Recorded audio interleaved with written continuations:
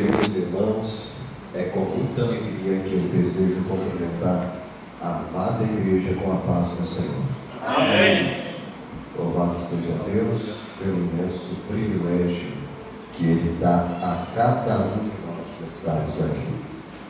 Quero convidar você, sem perda de tempo, para abrir a sua Bíblia no Evangelho Universal escrito pelo apóstolo e evangelista João acerca de Jesus, seu ministério, vida, morte e ressurreição. Evangelho que João escreve acerca de Jesus, o capítulo é o de número 5. Será o texto que teremos por base para a nossa meditação, reflexão, com o auxílio de Deus, por intermédio da ação do Santo Espírito de Deus. Quantas mães tem aqui, diz amém? Amém! Vocês estão cheias hoje, né? Estão alegres ao extremo. Se você ainda não é mãe, eu ministro que Deus vai abrir a sua marca e dentro em breve você será. Eu não ouvi amém depois dessa profecia. Amém? Isso vale para você que é casado, tá? Para você que ainda não é, Deus vai te desencarnar em breve, em nome de Jesus. Então, Deus amém. Evangelho que João escreve acerca de Jesus, o capítulo é o de número 5. Se você encontrou o texto, você diz amém. Amém. Povo bom de Bíblia, também cumprimento ao pastor hoje dessa casa, o pastor Jair, né? Nosso amigo, cumprimentando ele também. Se faz aos pais que aqui estão, a nossa retaguarda, que serão os nossos escudeiros na intercessão pela igreja, pela administração da palavra de Deus. Evangelho que João escreve no capítulo 5 diz assim: depois disso havia uma festa dos judeus e Jesus subiu para Jerusalém. Ora, em Jerusalém, próximo ao mercado das ovelhas, há um tanque que é chamado na língua hebraica Betesda, a qual tem 5 alpendres. Neste jazia uma multidão de pessoas enfermas, cegos, mancos, paralíticos, esperando o movimento das águas. Pois um anjo descia de certo tempo que agitava a água, e aquele que primeiro entrara na água, após ter sido agitada, sarava de qualquer enfermidade que ele tivesse. E ali estava um homem que estava enfermo há 38 anos. E Jesus, vendo deitado e sabendo que ele estava nesse estado havia muito tempo, disse: tu queres explicação? O homem enfermo respondeu-lhe: Senhor, eu não tenho homem algum que me coloque no tanque quando a água é agitada, mas quando eu vou, outro desce antes de mim. Jesus disse-lhe: levanta, toma o teu leito e anda. Versículo 9 para terminarmos diz: e imediatamente o homem se viu curado, tomou seu leito e andou. E aquele dia era sábado. E se você crê que a palavra de Deus diz amém? Amém. Se assente adorando a Deus. Aleluia. Quantos ainda desejam ouvir a voz de Deus aqui? Diz amém. Amém. Glória a Deus. Que bênção. Ao olharmos para o texto sagrado, que ora temos por base para a nossa meditação e reflexão, encontrado no Evangelho de João, dentre os 34 milagres que os evangelhos narram acerca de Jesus, ora, é fato que Jesus realiza muito mais, tanto que os próprios evangelhos narram que, se fosse para narrar tudo que Jesus fez e operou, o mundo não comportaria a enormidade de livros que seriam escritos acerca dele. Mas o Evangelho de João descreve apenas 7 milagres a qual Jesus realizara. Porque João, e eu ministrei aqui numa escola dominical, ele acreditava que mais que um milagre, o que Jesus fazia, de fato é que existia um sinal, ou seja, mais que um milagre, haviam outras coisas que aconteciam quando Jesus se manifestava. Havia mudança, transformação de vida, salvação de almas, renovo, restauração, mudança de estado. Jesus, quando aparece, ele faz muito mais além daquilo que pensamos ou imaginamos. Fato interessante, ao olharmos para o que é descrito, eu preciso que você entenda, ao analisar esse texto, que há 2 visões que são encontradas nos primeiros 2 versículos do Evangelho que lemos no capítulo 5. Entenda, o texto diz, no capítulo 5, versículo 1, que havia uma festa dos judeus, e que Jesus vai para uma destas festas. O texto não identifica. Segundo o que é dado pelo próprio Deus a Israel, quando escolhe esse povo, ele dá 3 períodos festivos que todo judeu tinha que estar presente. Segundo, mais ou menos o censo, existe 160 milhões de judeus espalhados pelo mundo nos dias atuais. Dentre os 8 bilhões de seres humanos que temos, pelo menos 160 milhões de pessoas são judias, estão espalhadas por diversas partes do mundo. Só que nos tempos de Jesus não era diferente dos tempos atuais. Por volta do ano 567, os judeus estão saindo de um período difícil, estão retornando do cativeiro babilônico, e nem todos retornam para Jerusalém, nem todos vão morar e residir na mesma cidade natal que outrora os seus pais habitavam. Poucos foram contemporâneos durante o período de saída e o retorno, só quem sabe alguns da tribo do norte. E entendemos que quando eles retornam, segundo os estudos da época, havia pelo menos 10 mil judeus na cidade de Jerusalém. Eu estou falando isso a título de introdução, e já você glorifica a Deus, você vai entender aonde nós vamos chegar.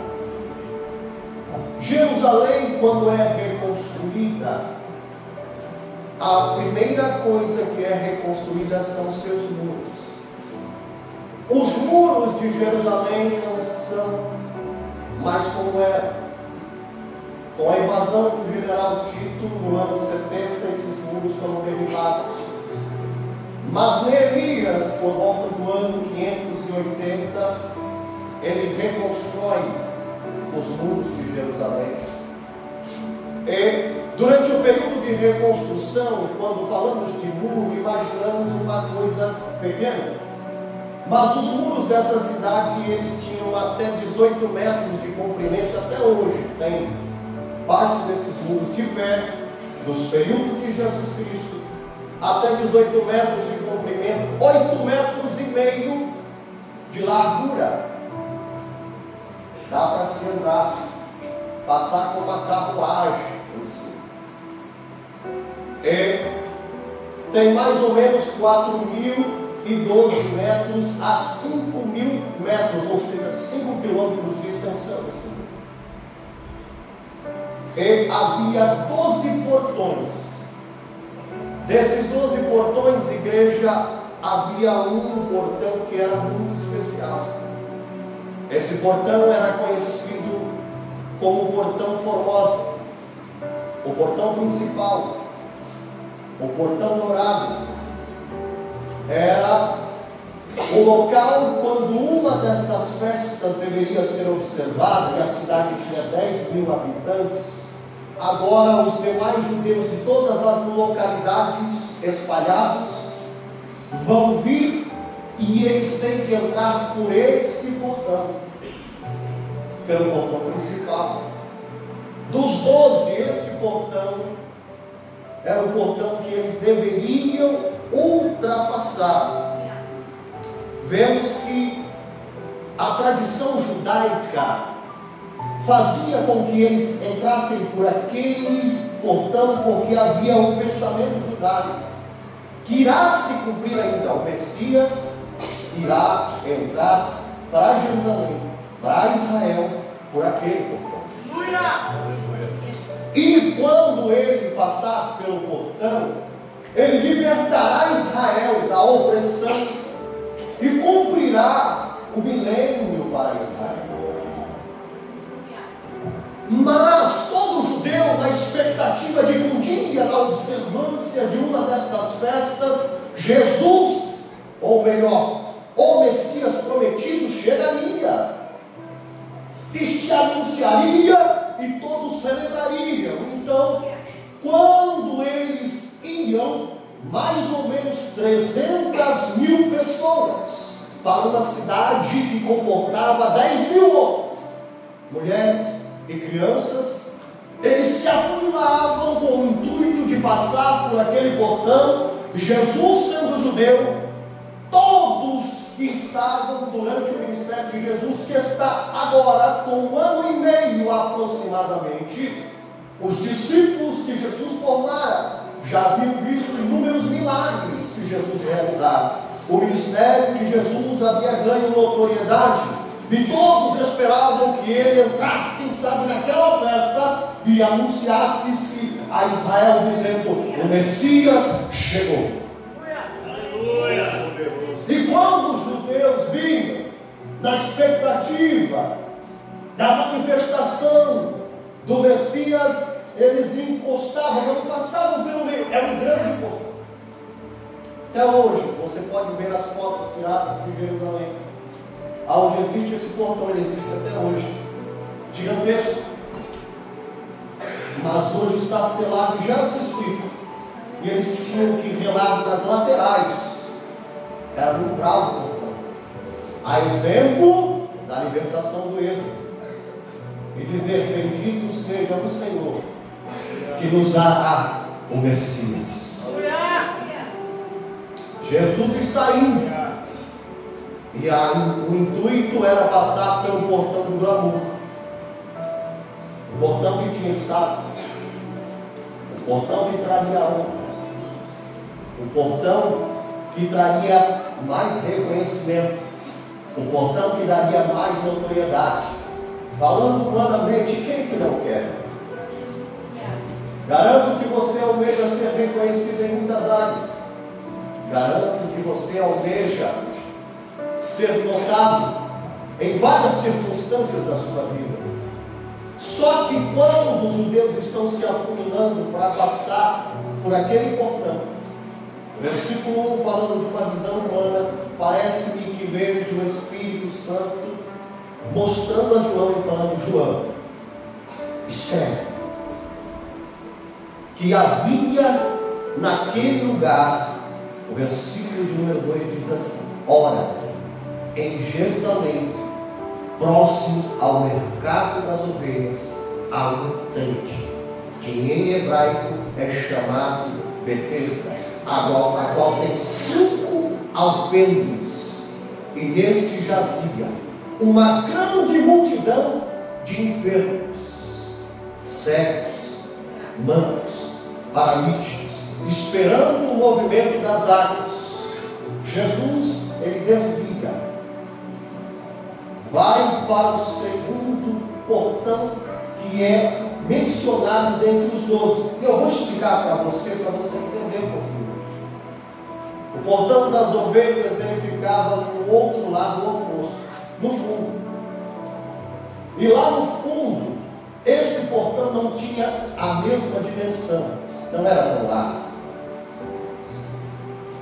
Ninguém queria entrar na festa para Jerusalém pelo portão das ovelhas. O portão das ovelhas, ele tinha uma finalidade: ele era estreito, pequeno, e ele servia para passar os animais que iam para o sacrifício. Lá no fundo sobrou espaço e foi construído 5 tanques. Qual era a finalidade dos tanques? As ovelhas que vinham para o sacrifício passavam pelo portão das ovelhas, e os sacerdotes lavavam as ovelhas nos tanques, com o intuito de ver se ela não tinha nenhuma mancha, defeito, mácula, que pudesse impossibilitar o sacrifício da tal ovelha. Só que criou-se um costume, e junto com esse costume criou-se uma liturgia religiosa nos dias festivos. Um dos tanques, diz a história, que era agitado por um anjo de certo tempo, e o primeiro que descesse tinha a sua necessidade curada. O que me chama a atenção é que eu mencionei acerca da porta das ovelhas, e a porta das ovelhas só perdia para uma, a porta do monturo, que era a porta do lixo, que dava para um lugar chamado Geena, aonde todo o lixo de Israel era tirado e queimado. Não tinha notoriedade. Do lado há um culto de pessoas que estão celebrando, pessoas que estão dentro de uma saúde física perfeita, estão habilitadas para adentrar ao templo, para adorar a Deus. Havia pompa, expectativa, sorriso, alegria, mas lá no canto havia uma multidão que eram de pessoas limitadas, fragilizadas, e o verbo do original quer dizer inválidos ou sem valor. Mas o Messias, aguardado por Israel, desvia do caminho, porque eu entendo que mais do que virtudes, nele se expressa a vontade de vir de encontro às minhas fragilidades, limitações, problemas e debilidades, para entrar de providência.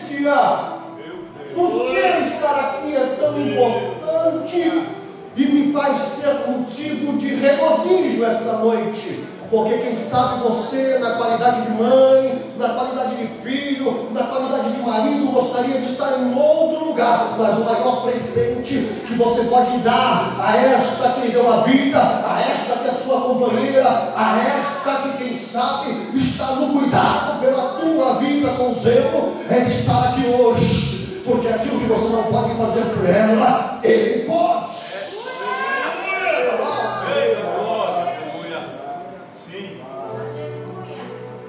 Porque existem portas na vida de qualquer um que só Deus sabe que ela existe. Existem as portas do seu problema que você não abre para qualquer um.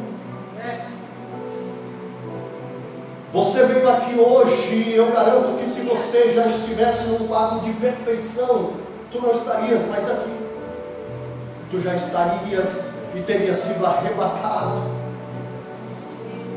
Se nós estamos aqui é porque nós temos a necessidade de adorar a Deus, de vivermos um processo de santificação em nossas vidas e de entendermos que dentro desse processo, com Jesus Cristo, há áreas, portas nas nossas vidas que mostram a nossa fragilidade. E dentro da nossa fragilidade, eu entendo que Ele quer agir. Eu vou falar de novo. Dentro das suas limitações, Ele quer agir. Eu quero te dizer uma coisa hoje. Eu vou desviar um pouco. Eu olho para Israel, 430 anos de opressão no Egito, e eu vejo a vontade. Nós temos aquilo que nós chamamos dentro da teologia de a graça comum. E nós temos a graça de Deus, que é a graça particular, que é a graça específica. O que é a graça comum? 430 anos de opressão. Agora cata uma criança. Nós tivemos várias aqui. No processo de aprendizado, uns 2 anos para frente, você cata essa criança e deixa 5 anos fora do Brasil. Nasceu. 5 anos depois, se ela não tiver nenhum contato com a nossa cultura, ela não fala mais a nossa língua. Ela não lembra praticamente nada, e se lembrar vai ser um caso à parte, de nada referente aos primeiros anos, porque ela foi enculturada. Israel está há 430 anos no Egito, e quando eles saem de lá, eles ainda têm o conhecimento do Deus vivo. Aleluia! Eles ainda têm as promessas que Deus deu a Abraão. Sabe por quê? Porque a graça comum de Deus, a graça comum de Deus é aquela que te preserva. Ela não te tira da prova, mas ela não faz com que você pereça no meio da prova. Quantas vezes você chega num culto que nem esse e você está com o teu coração pesado, pensativo e relutante, dizendo: não vou passar. No outro dia, tu está continuando. Quem sabe a prova ainda permanece, mas tu estás sobrevivendo dia após dia, e você vai andando. Por quê? Porque existe uma graça comum. Deus olha para a humanidade, Deus ama a humanidade. Mas deixa eu te falar, um dia Deus olhou para Israel lá no Egito e chamou um homem chamado Moisés e diz: até hoje eu derramei sobre eles a minha graça comum, mas hoje vem a minha graça específica. Não esqueci das promessas que fiz a Abraão. Ouviu o clamor do meu povo, e hoje eu te chamo para libertar o meu povo.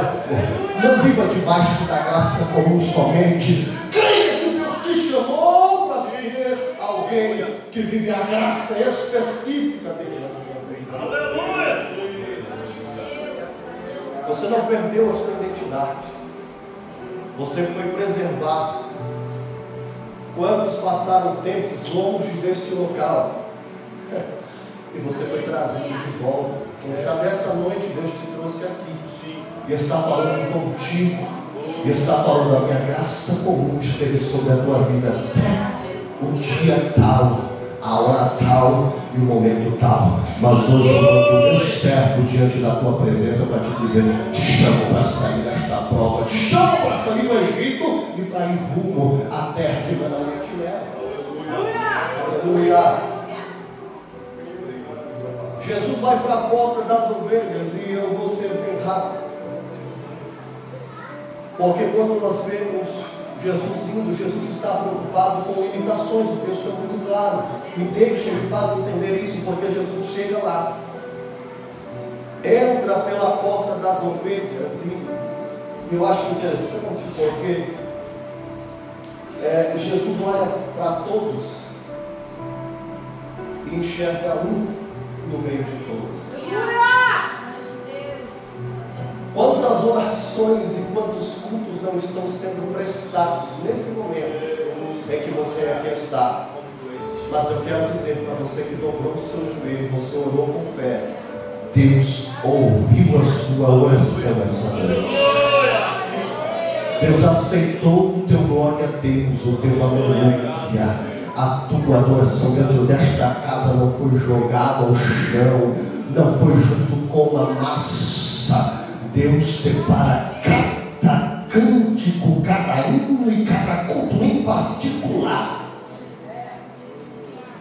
Porque o texto diz que ele conhecia o necessitado. Deixa eu te falar, 38 anos. O texto diz, sabendo ele que ele estava assim há 38 anos. Jesus está no ministério que durou aproximadamente 3 anos e 6 meses. Deixa eu ser rápido. 3 anos e 6 meses. Jesus começa o ministério aos 30 anos de idade. Quando Jesus começa o ministério aos 30 anos de idade, ele está pelo menos há 37 anos nessa situação. Quando Jesus nasce, no período em que Jesus nasce, ele tem pelo menos 7 anos de sofrimento. Quando Jesus é apresentado no templo,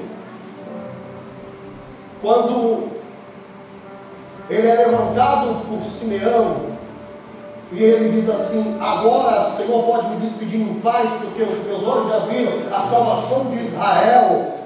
Há pelo menos 7 anos que aquele necessitado está à beira do tanque esperando o milagre. Quando Jesus ele vai para o Shabat aos 12 anos de idade e se apresenta para ser testado pelos sacerdotes, na época lá no templo, há pelo menos 19 anos que aquele necessitado está à beira do tanque, esperando o mover das águas para um milagre em sua vida. Você já parou para pensar nisso? Você acha que você é só? Quando Jesus ele vai ao Jordão para ser batizado por João aos 30 anos de idade, e do céu ouve-se uma voz dizendo: este é o meu filho amado, a quem me comprazo. E o Espírito Santo desce sobre ele em forma de pomba. Há pelo menos 37 anos que ele está naquela situação. Quando Jesus inicia o seu ministério, quando Jesus está nesse período que vai ao templo, está com 31 anos e meio, há 38 anos ele está sofrendo. E o que eu acho interessante é que Jesus ele passa pela porta das ovelhas e ele vai se conduzindo, e ele vai ao necessitado de forma específica e diz assim: tu queres ficar curado? Aleluia! Sabe o que eu entendo? É que para tudo existe a hora certa. Aleluia! A gente às vezes quer as coisas só no imediatismo, na hora que nós achamos ser conveniente, mas aqui não encontra uma lição de vida. Por que Jesus visita ele naquele dia? Jesus tinha poder para chegar assim, olhar para todos, porque havia uma multidão de inválidos, e dizer assim: ouçam, todos estão curados. Mas ele vai de modo específico ao necessitado. E me permita contextualizar isso hoje, porque hoje pela manhã há um verbo no Evangelho de João que nós estamos ministrando aqui, gnoscos, que significa conhecer. Gnoscos não é Bíblia, gnoscos é intimidade. Aleluia! O Evangelho de João hoje pela manhã dizia assim: eu sou o bom pastor, e o bom pastor dá vida pelas ovelhas. E eu as conheço, e elas ouvem a minha voz e a conhecem. O texto está falando de intimidade. Se for para você ficar aqui há 38 anos só à beira do tanque, sem receber a visita de Jesus Cristo, não vai valer nada a sua vida. Mas hoje eu estou dizendo aqui para você que aqui está: Jesus está aqui esta noite porque deseja ter intimidade contigo. E eu quero que você saia deste culto pessoas um encontro como em qualquer outro lugar. Hoje Ele te trouxe aqui para que tu saibas que Ele deseja ter um particular contigo, como teve com aquele homem. Ele foi procurado no meio de tantas pessoas, um em específico, e deixa eu chegar mais perto para te dizer. Ele podia ter dito: todos estão curados, mas ele foi até ele, sabe por quê? Porque Ele quer construir relacionamentos contigo. Ele te trouxe aqui hoje para marcar a tua vida de uma forma. Ele te trouxe aqui hoje para que tu saibas que Ele te ama, não diferente dos demais, porque quantas vezes, pelo menos 38 vezes, aquele homem viu alguém descer as águas, e quem sabe a indagação que estava no peito dele era: Senhor, tudo bem, mas eu, quando chegará a minha vez? O mundo prega que Deus não te ama, que Ele não gosta de ti, que isso não existe, que é retrocesso intelectual. Mas hoje Deus te diz: eu existo e quero ter contigo uma particularidade. É só você deixar. Aleluia. O problema é que no meio da adversidade, o que você é ensinado é muita procura. Sai do lugar onde você está e vai, quem sabe, para outra situação, para tentar mudar. Pessoas estão muitas vezes passando por problemas, estão dizendo: vou mudar daqui para lá, de lá para cá, sair da situação que me encontro, vou mudar de emprego, vou mudar de cidade, vou fazer isso, aquilo, outro. Mas aqui há uma lição a ser aprendida: não precisa sair de onde você está. O que você precisa é não mudar a postura que um dia você aprendeu. Continua à beira do tanque, porque não é necessário liturgia para a tua vida mudar. O que é necessário é se Cristo está à beira desse tanque. Aleluia. Glória a Deus. Aleluia. Me mandaram abaixo.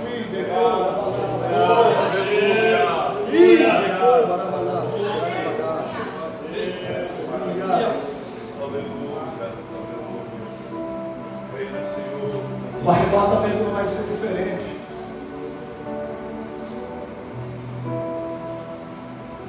Um dia ele vem de forma particular. Estamos vivendo momentos em que nós esperamos na oração da mãe, na oração do pai. Nós estamos esperando na intercessão dos pastores, dos obreiros dentro da casa de Deus. Mas Jesus um dia veio para aquele homem à beira do tanque e mudou a sua história, e fez com que a esquife, que era aquilo que lhe trazia uma situação única, mudasse. Ei, Jesus vai vir para buscar a sua igreja. Você ainda acredita no arrebatamento? Então construa enquanto é tempo um relacionamento com Ele. Deus te chama para intimidade.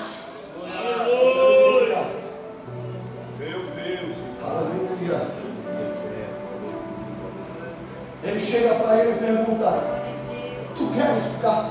Que pergunta? Se é os de hoje, quero não. Me dá uma pegada elétrica. É desse jeito. Hoje não é diferente. Eu vejo Jesus querendo construir um relacionamento com Ele e fazendo uma pergunta: teu foco mudou? Meu Deus. Porque como era você no primeiro amor? Tu não perdia tudo do ensino. Tu não faltava à escola para brincar. Tu estava no círculo da oração todas as vezes que me era solicitado. Mas aí ao longo dos anos as coisas vão mudando, você vai galgando cargos dentro da igreja e quem sabe tu não liga mais para o ensino como deveria ser, como outrora fora nos tempos passados. Quem sabe você hoje não faz mais aquilo que fazia antigamente, porque muitas vezes o nosso foco muda ao longo dos anos. Mas eu estou aqui para te dizer: a visão do paralítico ainda era a mesma. Ele focava no tanque, esperando o mover das águas.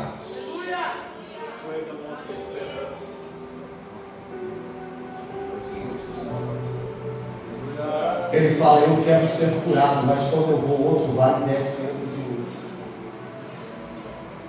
Sabe, no momento de dificuldade, é assim que nós nos portamos. Qual era a pergunta? Tu quer ficar curado? Não quero. Sabe o que é? Falta gente para jogar. Sempre a culpa é de A, de B ou de C. A culpa é da política, a culpa é do Estado, a culpa é da sociedade, a culpa é porque eu nasci nessa família, eu tive a oportunidade. Ei, Deus te deu 24 horas. Deus te deu a graça comum que eu acabei de ministrar para você. Ei, Deus não te chamou para ficar encolhido, porque a primeira coisa que Ele disse para o paralítico, independente das desculpas que Ele deu, é levanta.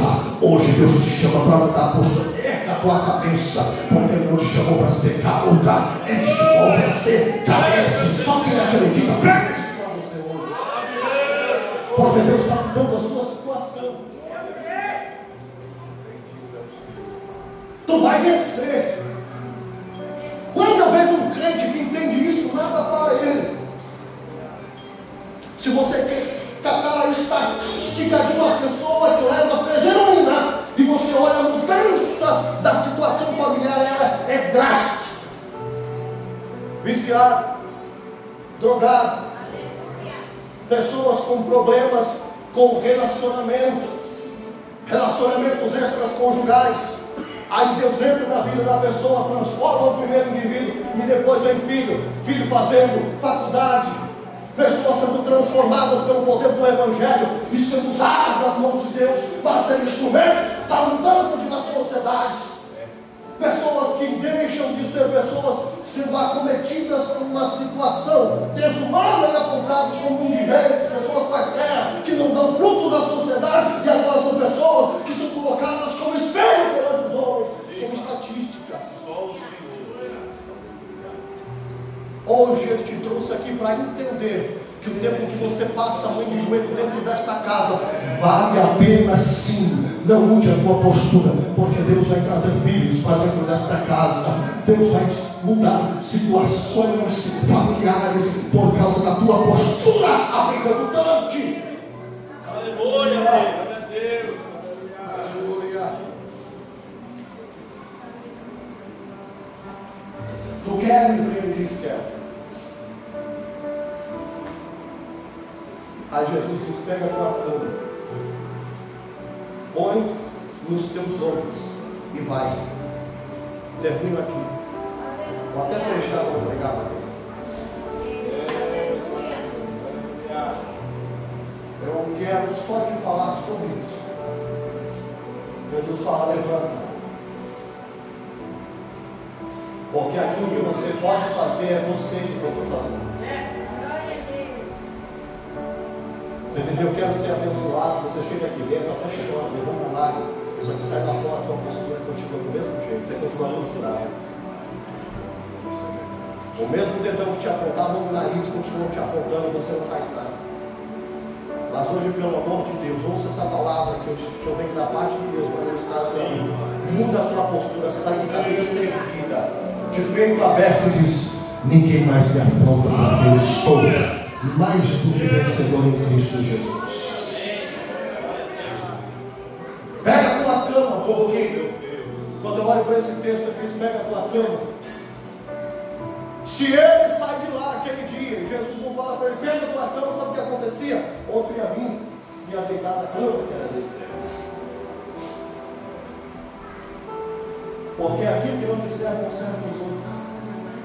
Tem gente que Deus transformou a vida há tanto tempo e você continua passando por pessoas que estão prostradas como um dia você esteve e você não faz nada para mudar a vida dele. Tu vem para a igreja, mas você esquece de convidar muitas pessoas que fazem parte da tua família. Mas hoje Deus fala para você, aquilo que não te serve também não serve para os outros. Pega e carrega com você. Outra coisa que serve a cama. Eu me lembro de uma vez que eu estava num culto de ensino e um pastor, ele falou que um dia Deus tirou ele de uma situação caótica. E quando ele abria agora o seu guarda-roupa, ele tinha uma grande quantidade de ternos. Só que ele tinha um terno. que era aquele todo colorido, desmontado, aquele que foi para a igreja durante muitos anos. Estava lá no meio dos ternos novos e importados. E aí ele disse naquele dia: sabe por que eu tenho aquele terno? Para me lembrar de onde Deus me tirou. Lembre-se que há situações que você enfrenta e você se pergunta: por que estou passando por isso? Deus certas situações permite na nossa vida para que você entenda que quando você sair dela é porque foi Ele que te tirou. E quando você viver o novo de Deus na sua vida, e você estiver vivendo os sonhos e projetos de Deus, você não perca a identidade. E você saiba que foi Deus. Quando Deus se apresenta a você e quer relacionamento, Ele quer que você abra a sua boca e você fale para Ele toda a verdade. Não precisa esconder, pode abrir o teu peito e criar intimidade com Ele. Se coloca de pé.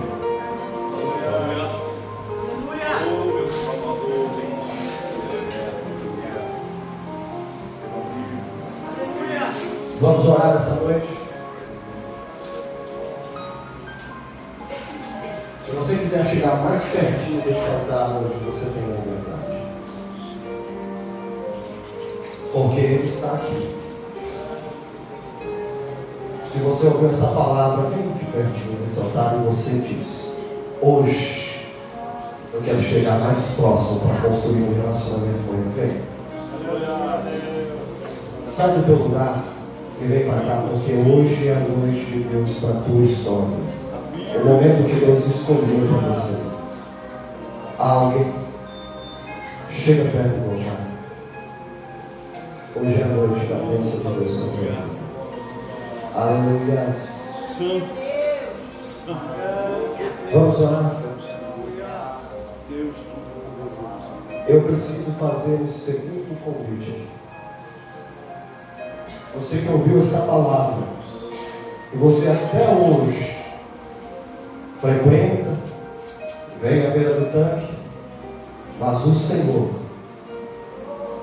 ainda não falou contigo de uma forma que você compreendesse. Há alguém aqui que não aceitou a Cristo como o único, verdadeiro, suficiente Salvador e deseja aceitá-lo? Vem aqui pertinho, por favor.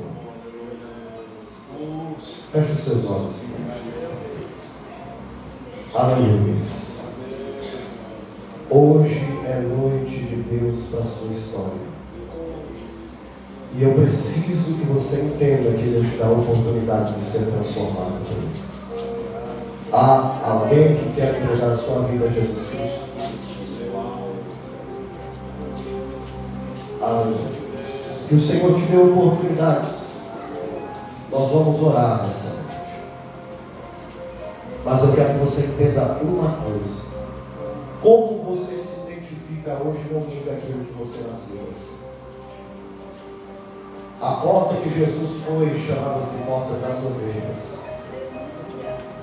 Ali havia uma multidão de cegos, mancos, coxos, aleijados e recebidos. Só que isso não mudava quem eles nasceram para ser. Eles eram ovelhas. Vamos orar. Você é ovelha do Senhor. Senhor Deus e Pai, é no nome do Teu Filho amado Jesus, nós estamos aqui reunidos e presentes. Abençoa a Tua igreja, o Teu povo, os Teus filhos, que estão diante da Tua casa e que vieram para Te adorar, Deus querido. Que cada um possa ser tocado e alcançado pela Tua graça, pela Tua presença, pela presença do Espírito, nessa oportunidade.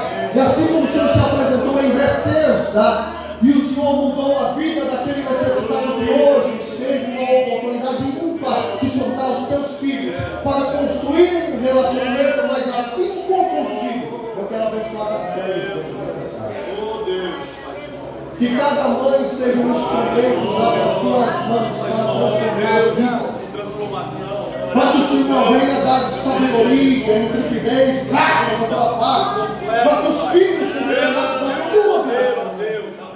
Pai querido, abençoa a cada pai, a cada mãe, a cada situação que será vivenciada. abençoado e dá aos teus filhos graça, na certeza de que ambos serão abençoados por ti. Nós te agradecemos no nome de Jesus. Só quem acredita que hoje foi hoje